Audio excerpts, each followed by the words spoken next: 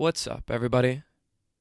Brothers, sisters, psychonauts, and seekers of truth.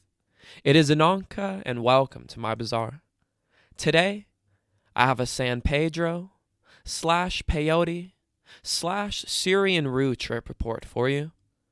The title of this trip report is Lost to the Wonder of Cactus, and was submitted to Erowid in 2003 by the user Azrael. With all that being said, let our story begin.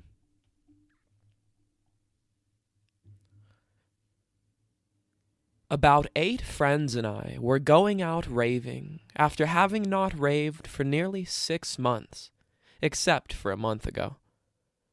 4 of us were taking Syrian Rue plus San Pedro, but I was the only one taking Peyote as well.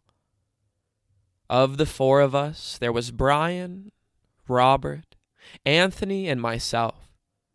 Brian and I are the only ones who have taken Cactus at a rave, and Anthony was a Cactus virgin.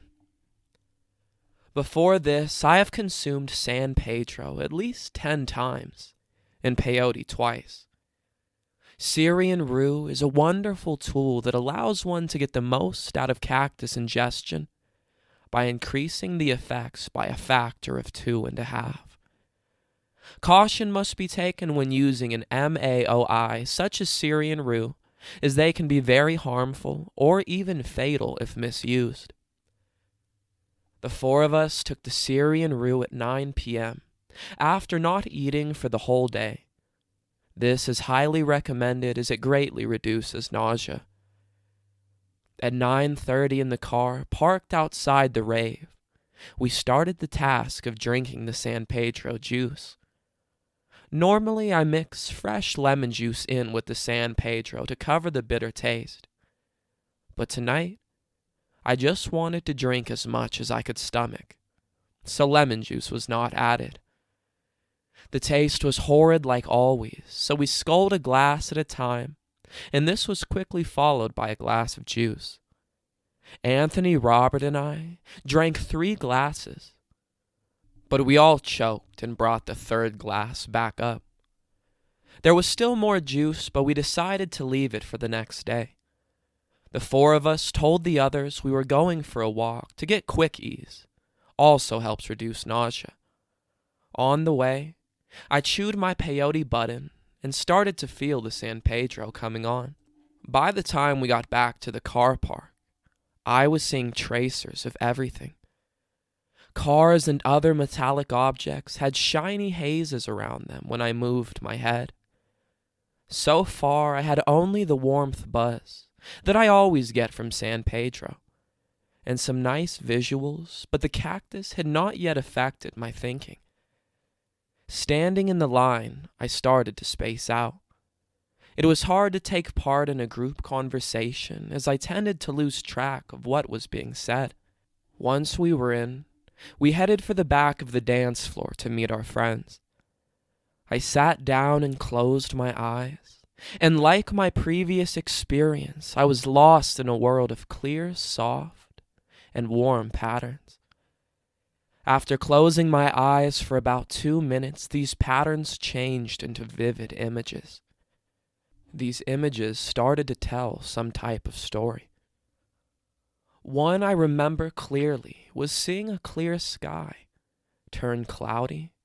Then the clouds turned darker and caused a bolt of lightning to fall from the sky and strike a forest tree.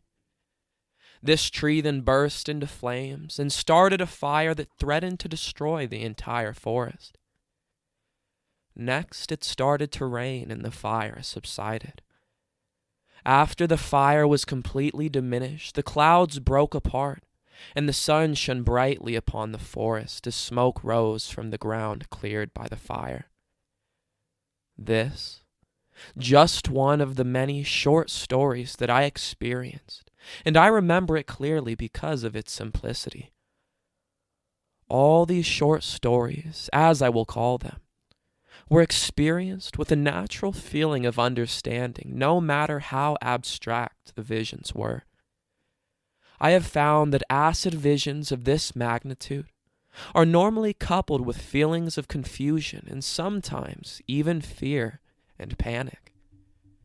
After opening my eyes, I realized that I was at the back of the dance floor, something I had momentarily forgotten. I looked at my watch only to find that I had been at the back of the dance floor for 5 minutes. I told Anthony, who looked surprised, and said that it had felt like a half an hour. The two of us decided to go for a walk. As I walked along the dance floor, it seemed as though I could not properly see people, and they appeared to me as shadow-like objects that were not living. By this time, I was also experiencing warm body tingles and strong feelings of euphoria. I spent the next half hour walking around talking to people I had not seen in a long time, and lost Anthony in the process. Holding one-to-one conversations was normal, while group conversation was still a bit of a lost cause. I run into my brother and his friends who were looking to get some E. They hadn't had any Rue or Pedro. My friend and I went looking for some people we thought could help us, while my brother and the others did their own thing.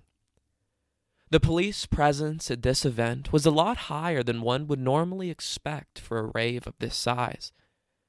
As such, getting on for E turned into a hit-and-miss affair on numerous occasions.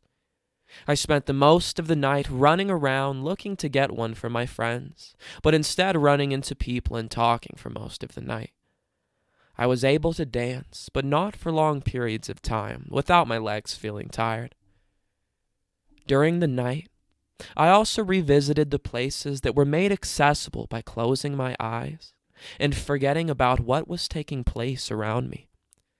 Occasionally, people would tap me on the shoulder and ask, "Are you all right?" By now it was 3 a.m., and the Cactus was feeling very different. I think the peyote had fully kicked in, causing the change. The physical sensations like tingles and rushes that I had felt earlier were not as pronounced, but the overall experience felt like it had changed its path. This change was neither positive or negative. It's just something that happened. As the night came to an end, I, my brother, and his friends headed off on the long drive home, while Brian and I started our trek to his sister's house. We farewelled everyone, then walked to the train station. We walked past a group of people who had also just left the rave, all of which were dreading the walk to the station, whereas Brian and I found the walk quite pleasant. We spent a couple of hours there, not doing a great deal. Then we headed back home. Back at home, my brother and the others were asleep. I made myself a sandwich and spoke to my neighbor who had missed out on the night before. Then went to bed around 4:30 p.m.